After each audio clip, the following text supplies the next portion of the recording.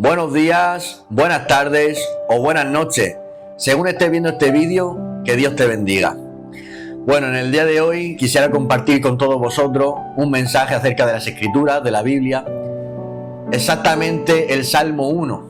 El Salmo 1 está compuesto por 6 versículos, dividido en 2 partes. Los 3 primeros versículos de los cuales quiero predicar hoy habla del camino del justo. El camino del justo es el camino del que se deleita en la ley de Dios, nos dice esta primera parte del Salmo. Y los otros 3 versículos, del 4 al 6, habla de la otra cara de la moneda, de la vida del injusto. El injusto es el que no se deleita en la ley de Dios, el que no se deleita en su palabra y se deja llevar por su concupiscencia, por sus maldades. Pero como he dicho, me voy a centrar en los 3 primeros versículos, que le he puesto como título a estos 3 primeros versículos, a este mensaje, esta predicación que os quiero transmitir hoy: la palabra de Dios como deleite en nuestra vida. Voy a citar los 3 versículos de los que voy a predicar, y dice así la palabra de Dios: Bienaventurado el varón que no anduvo en consejo de malos, ni estuvo en camino de pecadores, ni en silla de escarnecedores se ha sentado, sino que en la ley de Jehová está su delicia, y en su ley medita de día y de noche. Será como árbol plantado junto a corrientes de aguas, que da su fruto en su tiempo y su hoja no cae, y todo lo que hace prosperará. Como hemos visto, iglesia, el Salmo 1 es un poema que establece un contraste entre el justo y el pecador, presentando 2 caminos de vida. Específicamente son los 2 únicos caminos que existen en la vida: uno de bendición y prosperidad para el justo y otro de destrucción para el pecador. Ahí vemos que se destaca la importancia de la ley de Dios, algo que resalta en el camino del justo sobre todas las cosas, por lo cual es que vive una vida de justicia, una vida de bendición, una vida de prosperidad, una vida de alegría. Es por la palabra de Dios. Este es el énfasis de la vida del justo. Es el motivo por el cual tiene esa vida bienaventurada, feliz y próspera. Sin embargo, el pecador, vemos por el otro contraste, que al no deleitarse en ella, obtiene los resultados totalmente contrarios. El contraste que vemos es que el justo se deleita en la ley de Dios, prospera y vivirá eternamente, pero el impío que se aparta de la guía divina enfrentará la destrucción. El salmista comienza describiendo qué no es y qué no hace una persona bienaventurada.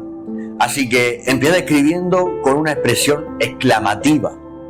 El autor de Salmo 1 empieza escribiendo con entusiasmo, con una expresión exclamativa, con emoción, con alegría, diciendo bienaventurado, que aquí quiere decirnos cuán feliz, qué dichoso es aquella persona que no anduvo en consejo de malos. Qué bueno, ¿verdad? Cuando vivimos una vida bienaventurada, nos está diciendo la palabra que es que estamos teniendo una vida feliz, una vida dichosa. Es decir, una vida, está hablando el salmista, donde no presta su oído a escuchar cosas que encierran maldad, que no piensa en hacer el mal, en vengarse o desear el mal a otro, sino que por el contrario elige separarse de todas esas cosas, cerrando sus oídos y su entendimiento a aquello que sería un daño para él y para los demás.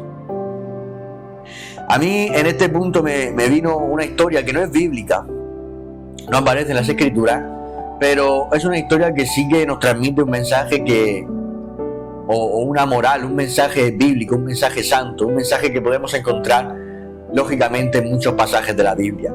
Y esta historia secular, la historia mundana, es sobre los 3 filtros de Sócrates.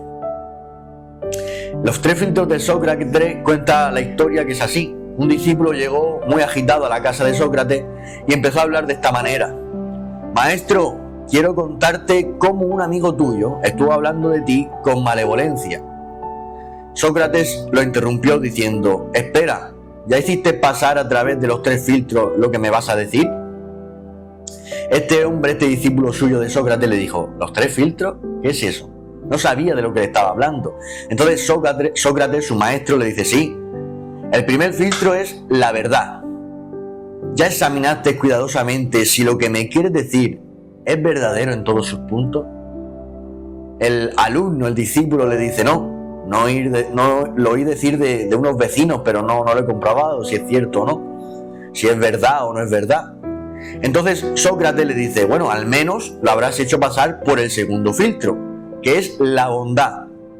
¿Lo que me quieres decir es por lo menos algo bueno? Le dice el discípulo, no, en realidad al contrario, más bien es malo. Dice Sócrates con una medio sonrisa en su cara, bueno, entonces lo habrás pasado por el último filtro, ¿no? ¿Es necesario que me cuentes esto?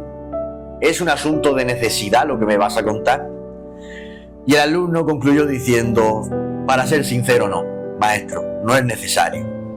Entonces Sócrates sonrió completamente y dijo, si no es verdadero, si no es bueno ni es necesario, dejémoslo en el olvido, no me lo cuentes.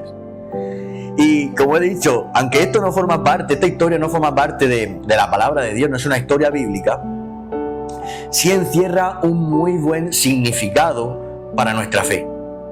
Y es que si no es necesario, ni estamos seguros de que sea verdadero lo que se está hablando, y tampoco va a ser bueno ni constructivo, es mejor huir de esas conversaciones, como decía el versículo.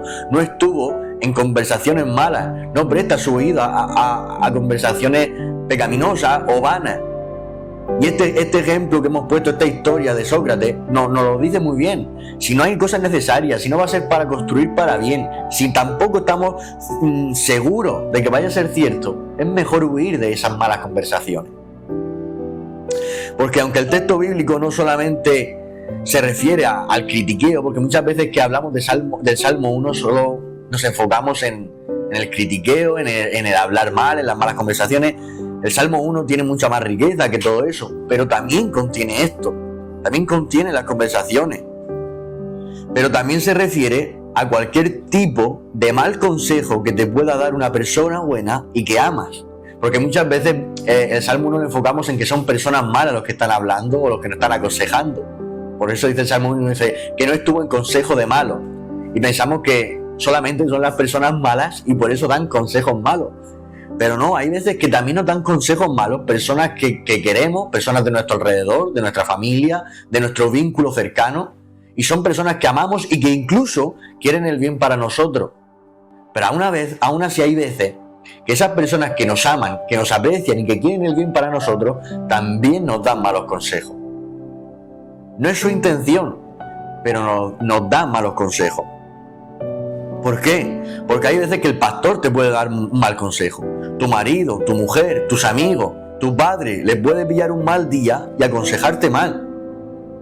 Tu hermano y tu mejor amigo de la iglesia puede ver que alguien se esté burlando de ti y como te ama y quiere lo mejor para ti, puede enguiscarte, puede llevarte a que hagas algo tú peor a esa persona que se está burlando de ti. Y eso no sería un buen consejo. Por lo tanto, a mí personalmente esto me ha pasado, ha habido pastores que no me han dado buenos consejos, y no es porque quisieran ni mal, porque un pastor está para hacer el bien y para aconsejarte bien, pero ha habido muchas veces que me han dado malos consejos. Mis padres a veces me han dado malos consejos, mis amigos, la gente que me rodea y que me ama, a veces me han aconsejado mal. Y entonces no hace falta ser un mal consejero o una persona que te desee el mal para que te den malos consejos, sino que esto se debe a que como nosotros, aunque seamos cristianos y queramos el bien para los demás, hay algo que mora en nosotros y es el pecado. El pecado no ha desaparecido por completo, aunque hayamos conocido a Cristo.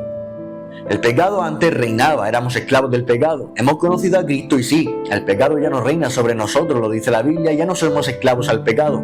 Pero sí dice la Biblia que combate con nosotros. Sigue habiendo una lucha interna entre la naturaleza santa que ahora habita en nosotros y también ese pecado que aunque ya nos reina y nos esclaviza, sigue combatiendo contra nosotros para que hagamos lo que nuestro cuerpo y nuestra carne le desea y no lo que Dios desea para nosotros. Entonces muchas veces no solamente nos aconsejan mal a nosotros las personas que amamos, sino que nosotros mismos somos malos consejeros para las personas que amamos, que queremos y que le deseamos el bien, porque no somos perfectos, no somos santos como lo es Dios, y nos equivocamos también muchas veces, y queriendo dar un buen consejo, aconsejamos mal. Por lo tanto, la Biblia lo que nos sigue diciendo, lo que nos enseña, es que prestar el oído es el primer paso de entrar en una cadena que te va a profundizar en el camino de los pecadores que no están teniendo presente a Dios. Porque lo que sigue, ¿qué es después de prestar el oído? ¿Qué dice el versículo de estos versos que hemos citado? Primero dice que el primer paso es prestar tu oído. Si tú prestas tu oído a esas malas conversaciones, a esos consejos malos, lo segundo es que empiezas a andar en el camino de los pecadores. Es decir, aquel que prestó su oído y consideró las palabras injustas de alguien, termina andando con él. Pero el salmista aquí dice que el bienaventurado, como he dicho antes, no anda en esos caminos, sino que escoge otro camino diferente. Por eso, terminando el verso 1, dice: ni se sienta en silla de escarnecedores. Estos son las tres acciones que hemos visto: el prestar tu oído a consejos malos, el andar en camino de los pecadores y sentarse en la silla de los escarnecedores. Son tres acciones que son consecuentes una de la otra. En cuanto empecemos a prestar nuestro oído, empezaremos a andar en el camino de esos malos consejos. Y una vez que andemos en el camino de esos malos consejos, terminaremos por sentarnos en la silla de escarnecedores. Este verso 1 vemos que ¿qué es lo que no hace una persona bienaventurada? ¿Qué es lo que no hace una persona bendecida? Una persona que verdaderamente se deleita en la palabra de Dios. Estas cosas no las hace, no presta su oído a malas conversaciones, no anda en camino de pecadores ni se sienta en silla de escarnecedores. Sino que para tener una vida dichosa y feliz, se deleita en su palabra, no cae en la degradación que podemos sufrir por prestar nuestro oído a todas esas cosas. No presta su oído a los que se burlan de la justicia de Dios. Y te voy a decir algo: la felicidad no es esa. La felicidad es tomar otro camino, como hace la persona bienaventurada que este salmo nos enseña. La felicidad es producto de la santidad, es una consecuencia de la santidad. Cuando uno quiere vivir en santidad, cuando uno quiere obedecer a Dios, la consecuencia de vivir en una relación lo más santa y lo más justa posible, aunque ya sabemos que todos somos imperfectos, que fallamos y que pecamos todos los días, pero cuando uno desea, anhela y se deleita en obedecer a Dios y vivir lo más recto posible delante de Él, la consecuencia que eso determina es una vida de felicidad, es una vida dichosa.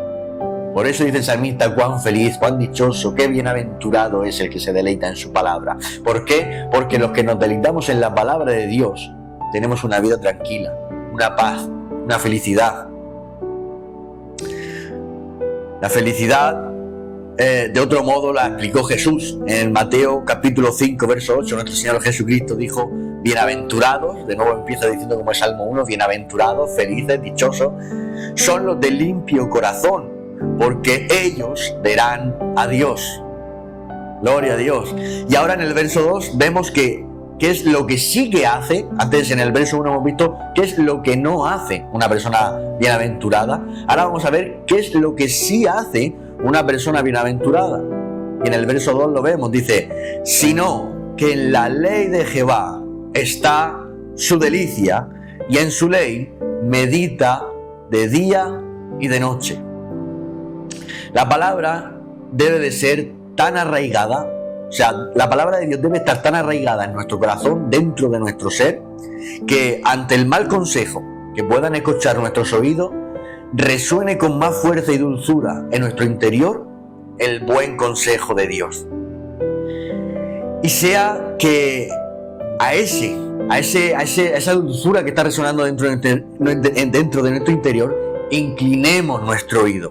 Salmo 78:1 dice: escucha, pueblo mío, mi ley, inclinad vuestro oído a las palabras de mi boca. Nuestros oídos no debemos de prestarlo a las malas conversaciones. Nuestro oído debemos prestarlo a la ley, a la palabra santa y divina de Dios, al Antiguo Testamento y el Nuevo Testamento que el Señor nos ha dejado en su palabra. La felicidad y la paz se logra a través de una vida de santidad y de limpieza por medio de su palabra. Dice Isaías 26:3: tú guardarás en completa paz a aquel cuyo pensamiento en ti persevera, porque en ti ha confiado. Proverbios 3, versos 17 y 18 dice: sus caminos son caminos deleitosos. Hay mucha gente que piensa que el deleite es darle el placer que te pide tu carnalidad, que te pide tu cuerpo pecaminoso. Y eso se piensan que es ser feliz. Se piensan que ser feliz es irte de noche de fiesta, es emborracharte, es hacer los deseos desordenados que empiezan en el corazón, porque ya lo dijo Jesús, dice, lo que entra a nuestra boca, lo que comemos, la comida, no contamina al hombre, no preocuparse por eso, porque lo que contamina al hombre es lo que sale del corazón. Y hay gente que todo lo que sale de su corazón, que no está bien hecho, que le hace daño a otras personas y que está haciendo el mal delante de Dios, piensa que de esa forma es feliz y está deleitándose en eso y está haciendo una vida dichosa, una vida feliz, está siendo completo. Pero la Biblia nos aclara la verdad, y la verdad es que sus caminos son caminos deleitosos. Y sigue diciendo, y todas sus veredas, paz. La gente que se deleita en los deseos desordenados de su corazón y que se deleita en hacer maldades que no están bien delante de Dios, jamás tienen paz. Pero el Señor dice que sus caminos, aparte de ser deleitosos, son caminos de paz. Dice, ese camino es árbol de vida a los que de ella echan mano, y bienaventurados son los que la retienen. Aleluya. Nuestro Señor Jesucristo dijo, yo he venido para que tengan vida y vida en abundancia. Es decir, aquellos que hemos aceptado a Cristo, no es que tengamos que vivir amargados en esta vida. Hay veces que hay personas que malinterpretan lo que es una vida cristiana. Una vida cristiana no es vivir en amargura, no es hacerte un búnker en esta tierra para aislarte de todo lo que hay, porque todo es malo y todo es pecaminoso. En el huerto de Edén, Jesús puso a Adán y a Eva y un montón de árboles de buen sabor, de buen fruto para disfrutar. Y le dijo a Adán y Eva, de todo árbol podrás comer. Habían infinidades de árboles. La Biblia no dice cuántos árboles había, no dice el número, pero era un gran número de árboles para saborear y disfrutar. Sin embargo, Dios le dijo, pero de este árbol, uno solo, no podrás tomar.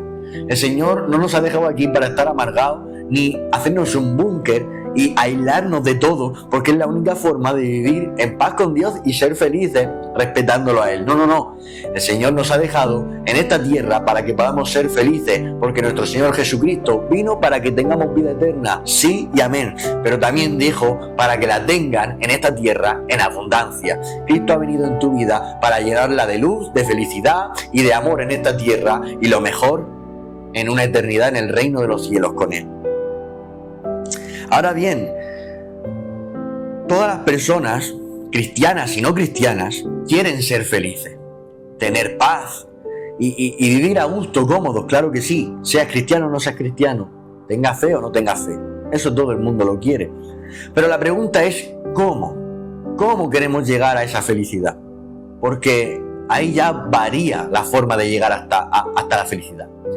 La felicidad es una meta que todo el mundo quiere llegar, independientemente de sus creencias, de sus religiones, de su procedencia, independientemente de todo, alrededor de toda la tierra, todo el mundo quiere llegar a ser feliz.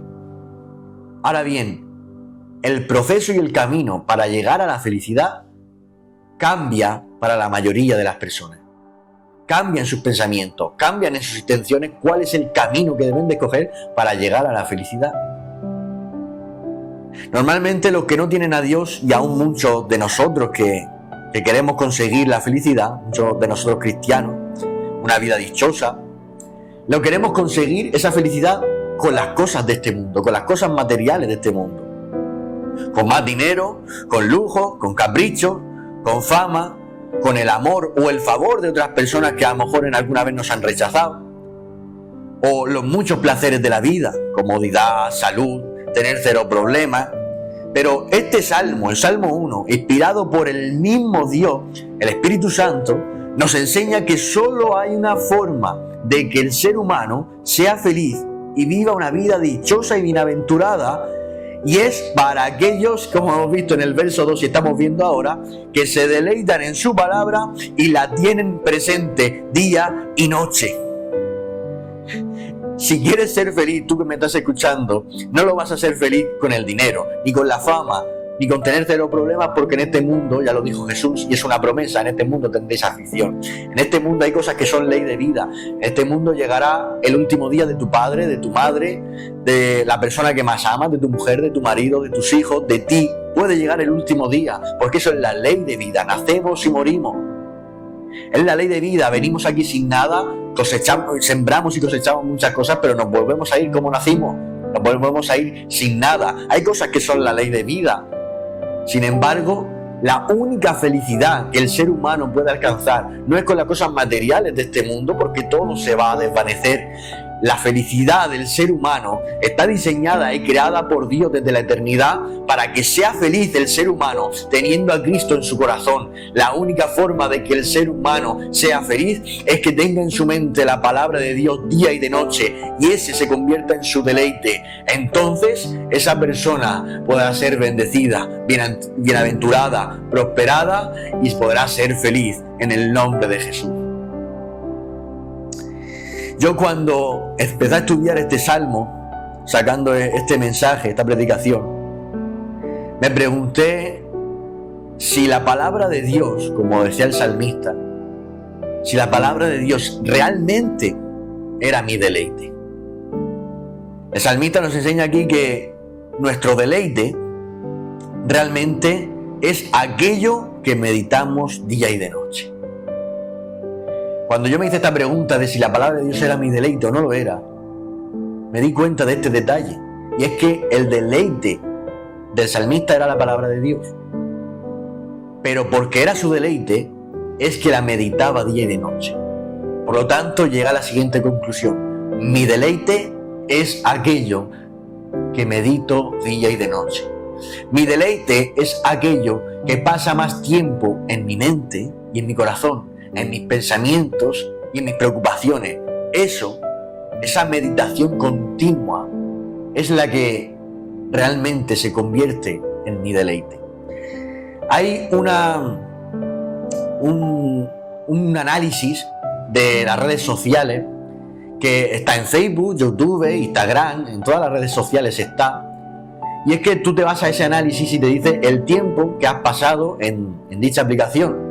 Si te metes a Instagram te lo va a decir, en YouTube también. Y si tú te metes en todas las aplicaciones que usas, te darás cuenta que en una te pondrá: esta semana la has usado 3 horas y 32 minutos. Te vas a YouTube y te dirá 4 horas y 26 minutos. Te vas a otra aplicación y te dirá 6 horas y 8 minutos. Y de esa forma te vas a dar cuenta que en el tiempo que tú más has dedicado y que más has pasado tiempo es la aplicación que más usas, y por lo tanto tu aplicación favorita, la que más te gusta. Pues digamos que dentro de nuestro ser hay un análisis de nuestros pensamientos, hay un análisis de lo que pensamos, hay un análisis de lo que meditamos.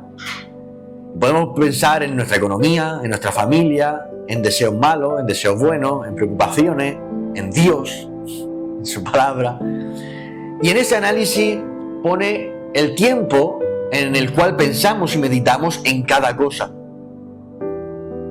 Entonces, como dice el salmista, lo que tú pases más tiempo meditando, eso es el deleite de tu corazón, eso es el deleite de tu vida. Entonces empecé a autoexaminarme si realmente la palabra de Dios era mi deleite, si realmente su palabra estaba siendo una meditación continua en mi vida. Y es que lo que tú pases meditando más tiempo, eso terminará por convertirse en tu deleite. Tu deleite, lo he puesto en 2 frases, es aquello que meditas día y noche, o aquello que permanece más tiempo en tu mente y en tu corazón durante el día, termina convirtiéndose en tu deleite. En Jeremías 14 vemos una historia que nos ilustra esto un poco. Y parece ser que Dios, en esta historia de Jeremías 14, Dios se dirige a Jeremías, al profeta, para decirle que va a enviar un juicio como modo de advertencia al pueblo de Judá. Este juicio anuncia que será de sequía, falta de lluvia, y como es lógico, y más en aquellos tiempos que era tan necesaria la lluvia, porque vivían de la comida del campo, pues iba a haber hambre. si Dios juzgaba a la nación de Israel con lluvia, no solamente no iban a prosperar sus campos, sino que su comida, iba a haber escasez en la comida. ¿Y por qué esto? ¿Por qué Dios quería hacer un juicio contra el pueblo de Israel y se lo estaba anunciando al profeta Jeremías? ¿Qué motivo tenía Dios para hacer esta cosa tan aparentemente mala e injusta? Bueno, pues el motivo que tenía Dios es que había un Dios falso, ¿vale? Llamado el Dios Baal.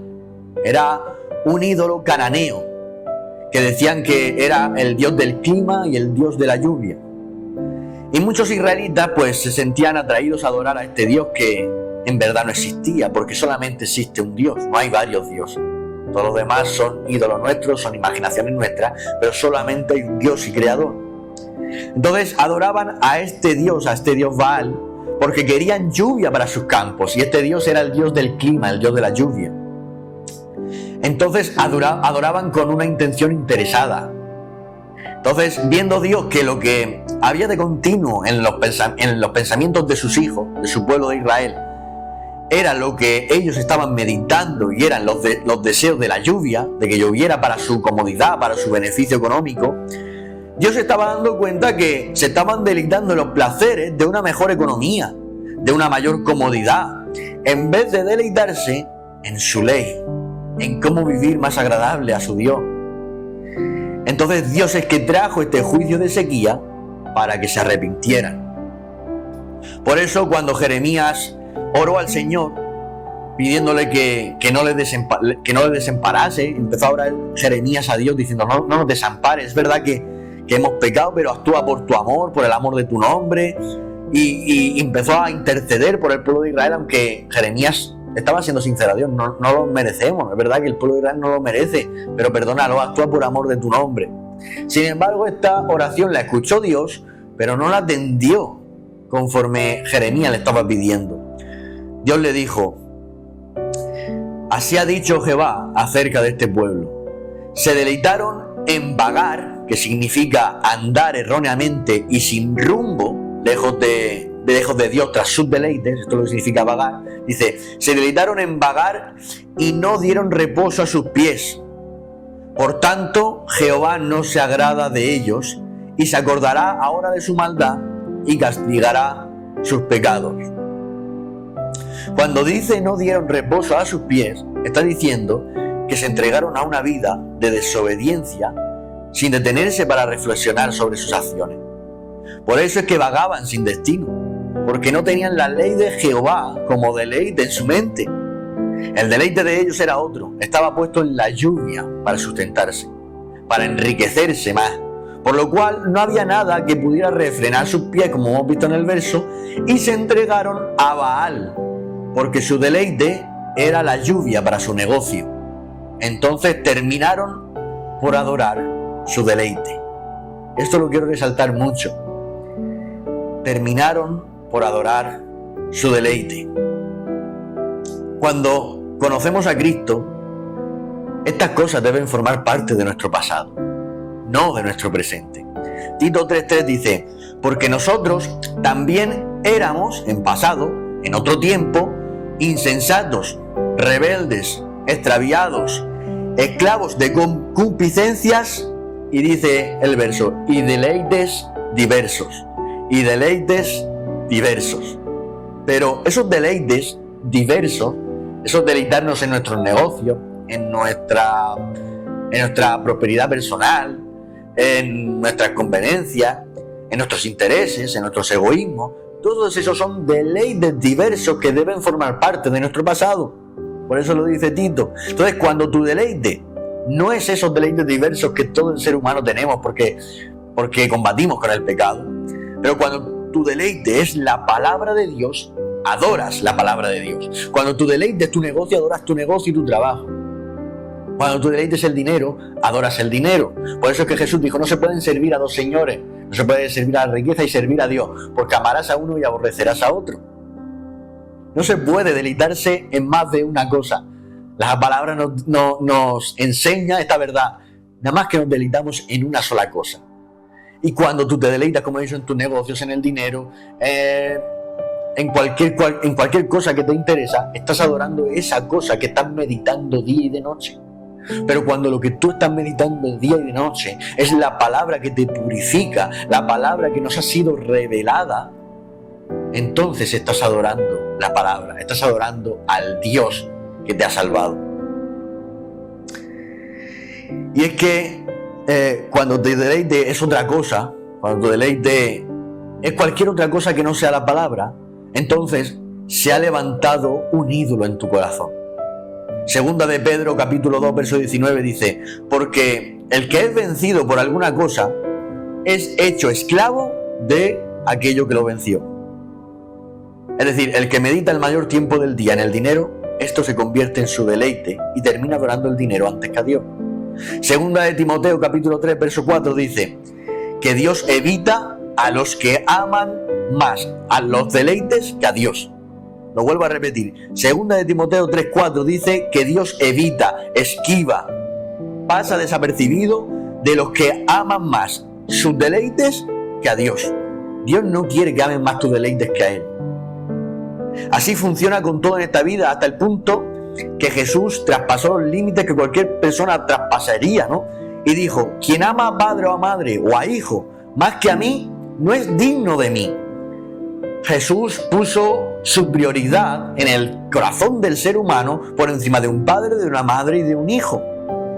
Porque cuando tus intereses están en tu familia por encima de Dios, también se está convirtiendo un ídolo, tu padre, tu madre, tu hijo. Cualquier cosa que supere a Dios, que sea puesto en un lugar más preeminente que Dios, es un ídolo que se está levantando en tu corazón, porque el hombre, el ser humano, ha sido creado para que Dios sea el primer lugar en su vida. Por eso dijo: el que ama más a su familia no es digno de mí. Pero vuelvo a decirte algo, iglesia: cuando la palabra es tu deleite, todas estas cosas que estamos expuestos a caer y que el pueblo de Judá cayó, tú serás capaz de refrenar tus pies. Por eso dice el salmista en el Salmo 119, 101: de todo mal camino contuve mis pies. ¿Por qué los contuvo? Dice: para guardar tu palabra. Gracias a la palabra es que el salmista es capaz de contener sus pies, no como el pueblo de Judá, que no refrenó sus pies y adoró a un Dios falso, a un ídolo, por el interés de la lluvia, porque no tenían la ley en su mente día y de noche. Pero cuando tú tienes la palabra de Dios en tu mente día y de noche, eres capaz de refrenar tus pies, de que se levanten ídolos en tu corazón, de adorar a otra cosa que no sea Dios, de meditar más en otras cosas que no sea en su palabra. Y es aquí cuando tú estás dirigiendo tu alabanza a Dios y no a las cosas en las que la mayoría de personas se deleitan. Salmo 119, verso 171 dice: mis labios rebosarán alabanza cuando me enseñes tus estatutos. ¿Te das cuenta? Mis labios no rebosarán alabanza cuando mis labios adoren. Porque Jesús dijo: este pueblo me adora. Estaban adorando. Dice: pero su corazón está lejos de mí. Tus labios pueden adorar, pero el corazón puede estar lejos. ¿Cuándo es que tus labios rebosan alabanza, lo adoran, pero tu corazón está cercano a esos labios que están profesando alabanza? Cuando nos enseñemos sus estatutos, cuando eso está grabado a fuego en nuestro corazón. En Eclesiastés capítulo 2, verso 8, nos enseña que Salomón, el rey más sabio y rico de la historia de Israel, se hizo de todos los deleites que pudieran desear los humanos, de todos los deleites que alguna vez hayas deseado, que alguna vez te haya gustado alcanzar. El rey Salomón, el más sabio y rico de la historia, lo tuvo a su alcance, en su mano, y lo experimentó. En todo el libro, Salomón se dedica a explorar lo insignificante que es todo lo que hay en esta tierra. Como expresa él bien en su libro, todo lo que hay en la vida debajo del sol es vanidad de vanidades. Todo es vacío y no tiene valor. De hecho, empieza así escribiendo el libro de Eclesiastés. En el capítulo 1, verso 2 dice: vanidad de vanidades, todo es vanidad. El capítulo 2 de Eclesiastés comienza contando que él probó todo tipo de placeres en la vida. Pero aún probando todo tipo de placeres, como he dicho, no le encontró sentido a ninguno. Y tampoco servían para nada, dice.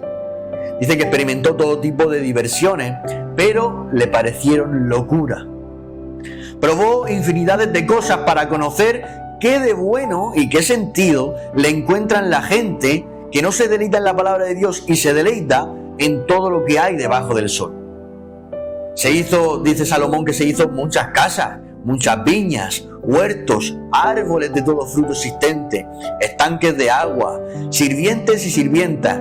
Dice que amontonó oro y plata hasta el punto que la plata no tenía mucho valor, porque el rey Salomón traía barcos llenos de oro y de plata, siendo el rey más sabio y rico de toda la tierra. Pero en el capítulo 12, el último capítulo del libro de Salomón, el rey Salomón se eleva por encima de todo lo que ha vivido y experimentado debajo del sol y sube al tercer cielo, hablando metafóricamente, y concluye en el verso 13 diciendo: el fin de todo el discurso oído es este. Llevo 12 capítulos escribiendo y este es el fin de todo el discurso oído. Teme a Dios y guarda sus mandamientos, porque esto es el todo del hombre. ¡Aleluya! Salomón había experimentado todo tipo de diversiones en esta tierra debajo del sol. Había buscado a ver qué sentido le encuentran las personas que se deleitan en sus varios deleites, en sus deleites diversos, como decía en el Nuevo Testamento. Pero Salomón no le encontró nada. Habían cosas que dice que no servían para nada, otras que eran locura. No le encontraba sentido alguno a esto. Por eso concluye diciendo: deleitarse en la palabra de Dios, guardar sus caminos y temerle a Él, eso es el todo del hombre. Como decía el salmista del primer salmo, es lo que te hará feliz, es lo que te hará tener una vida bienaventurada en el nombre de Jesús. Proverbios 28:9 dice: el que aparta su oído para no oír la ley, su oración también es abominable. Esto es fuerte, porque esto describe a alguien que intencionalmente se niega a escuchar o prestar atención a las instrucciones y mandamientos de Dios. Esto es, para poner ejemplos prácticos y cotidianos que lo entendamos mejor, esto es como cuando nosotros decimos: ya leeré luego, y luego no leo. O cuando nos aburre una clase para aprender de la Biblia. O cuando decimos que la teología, el conocer a Dios, porque la teología es eso, es conocer a Dios, no es saber, es conocer a Dios. Y cuando decimos, es que la teología cansa. O cuando decimos que se nos hace pesado media hora de predicación, pero ese mismo tiempo luego lo perdemos en cualquier tontería del día. Sin embargo, cuando nos predican en la iglesia media hora, se nos hace aburrido y se nos hace canso. O cuando pasan todas estas cosas, es lo que está diciendo el versículo, que estamos apartando nuestro oído para no oír su palabra. Y se ve transformado y reflejado en todas esas cosas. Cuando se nos aburren las predicaciones, cuando no queremos abrir la Biblia en nuestras casas, cuando nos quieren dar un estudio teológico para conocer a Dios, pero no queremos porque no nos gusta. Preferimos escuchar alabanzas, preferimos escuchar las últimas alabanzas de moda. Todo esto estamos haciendo lo que ha dicho Proverbios 28:9, apartando nuestro oído para no oír la ley. Y dice el Señor que las oraciones de esas personas son abominables. Su oración con la que se está comunicando con Dios se convierte en algo desagradable para Él, para el mismo Dios, cuando no estás prestando tu oído a su palabra. En Santiago 4:3 dice que las oraciones de gente en Santiago 4:3 vemos las oraciones de gente que está poniendo la palabra de Dios a un lado y sus placeres están puestos en otras cosas, es decir, se están deleitando en sus placeres más que en la palabra de Dios. ¿Y sabes qué dice el apóstol ante tal cosa? ¿Sabes lo que dice Santiago? Dice: pedís y no recibís, porque pedís mal, para gastar en vuestros deleites. ¿Se dais cuenta? Hay muchas personas que oran, le encantan las alabanzas, pero no quieren prestar oído a la palabra. Cuando estas personas oran, lo que hacen no es nada, lo que piden en oración no es nada conforme a la palabra de Dios. ¿Por qué? Porque no se deleitan en ella, porque no la estudian, porque no la escudriñan, porque no la leen, ¿Por qué no le dedican tiempo? Por lo tanto, sus oraciones jamás van a ir enfocadas en la palabra de Dios. Van a ir enfocadas en sus deleites, en sus conveniencias, en lo que le conviene en esta vida, en tener salud, en que su amigo, en que su familiar, en que tal. Esto van a pedir en oración, en sus deleites. Pero Santiago responde muy bien y dice: pedís, oráis, pero no recibís, porque pedís mal para gastar en vuestros deleites. En esto habrá quien piense, es verdad que pues habrá quien piense y diga, es verdad que yo a veces digo de leer y luego no leo. Es verdad que a veces media hora de predicación se me hace pesado y que me aburre a veces conocer a Dios estudiando su palabra, pero aunque a mí me pasa todo esto, intento siempre hacer la voluntad de Dios dentro de lo que cabe. Seguro que hay personas que piensan así porque me las he cruzado. Pero dice Salmo 119, verso 7, te alabaré con rectitud de corazón. ¿Verdad? Pero que sigue terminando el verso, dice, ¿cuándo aprendiere tus justos juicios? Hay personas que dicen que sí, que tienen un buen corazón de cara a Dios, que buscan su voluntad, agradarle a Él, aunque todo le venga mal, porque aman a Dios, porque tal, pero nunca quieren abrir la Biblia, nunca quieren conocer su palabra, nunca escudriñan su palabra como Jesús mismo nos dijo. Escudriñad las Escrituras porque a vosotros os parece que en ellas tenéis la vida eterna. Sin embargo, hablan con un amor profundo a Dios. Pero el Salmo 119, verso 7, dice que alabaremos no con las alabanzas ni con oraciones, sino con un corazón recto. Dice, te alabaré con rectitud de corazón, es decir, una alabanza sincera y pura. Dice, ¿cuándo aprendiere tus justos juicios? Aquí está hablando de la palabra de Dios, que es la única forma de aprender los justos juicios de Él. Entonces, necesito primeramente aprender su palabra para alabarlo con un corazón recto. Otros pensarán, ya sí, si yo quisiera, pero es que me pongo a leer la Biblia y no la entiendo. Entonces, ¿cómo voy a meditar en algo que no entiendo? Pero Jesús nos respondió a todas estas cosas. Como he dicho, nos dijo escudriñar las Escrituras, estudiarlas, dedicarle tiempo. Salmo 119, verso 27 dice, hazme entender el camino de tus mandamientos, para que medite en tus maravillas.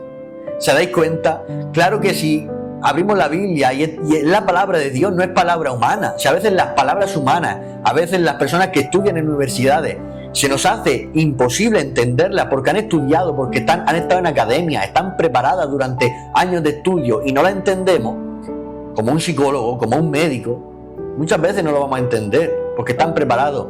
Mucho menos vamos a entender a Dios. Su conocimiento es superior al de un médico o al de alguien que haya estudiado durante toda su vida. Es Dios, es el creador de todas las cosas. Es difícil entenderlo. La palabra de Dios, siendo sinceros y claros, no es fácil, es muy difícil. Requiere de mucha diligencia, requiere de mucho esfuerzo y de tiempo dedicado a ella. Pero la Biblia, la palabra, no ha sido revelada para no entenderla. La Biblia ha sido revelada para entenderla. Lo que hay que dedicarle tiempo. Tienes que pedirle eso a Dios en oración. En vez de hacer las oraciones como hemos visto en Santiago para nuestros deleites, para nuestras conveniencias, para nuestros deseos personales, que es pedir mal, como había dicho Santiago, tenemos que pedir para estas cosas. Acercarnos en oración, como dice este Salmo, para decirle, hazme entender tus mandamientos, para que entonces, entendiendo tu palabra, pueda meditar en ella, pueda meditar en tus maravillas.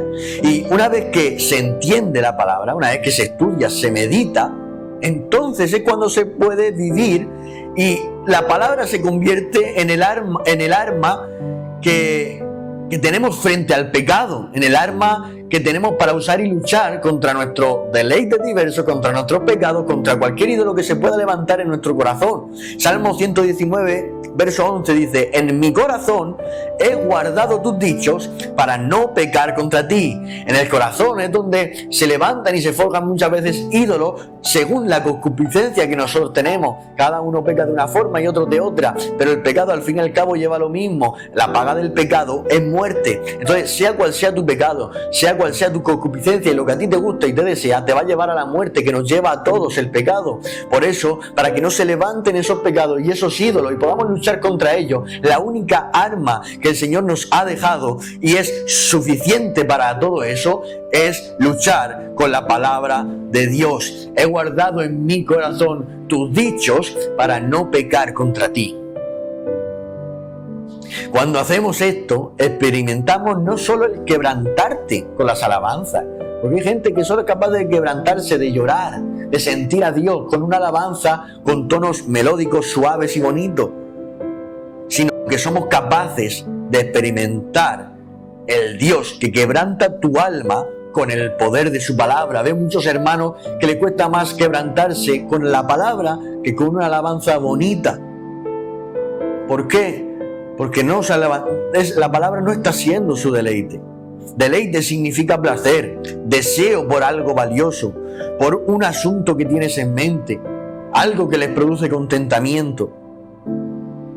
Y la palabra debe de quebrantar nuestra alma, no solo bonitas frases de grandes predicadores que hay, que al fin y al cabo son frases humanas, no alabanzas bonitas, que son muy bonitas y tienen tonos muy bonitos, pero al fin y al cabo son letras que ha compuesto gente que ha sido redimida por Cristo, pero no son Dios. Sin embargo, la palabra es el soplo de Dios, es la palabra inspirada. Por eso dice en Timoteo que toda la Escritura es inspirada, es soplada como ese soplo de aliento de vida que Dios hizo en Adán para crearlo. Esa palabra que tenemos en la Biblia no es palabra humana, es palabra de Dios.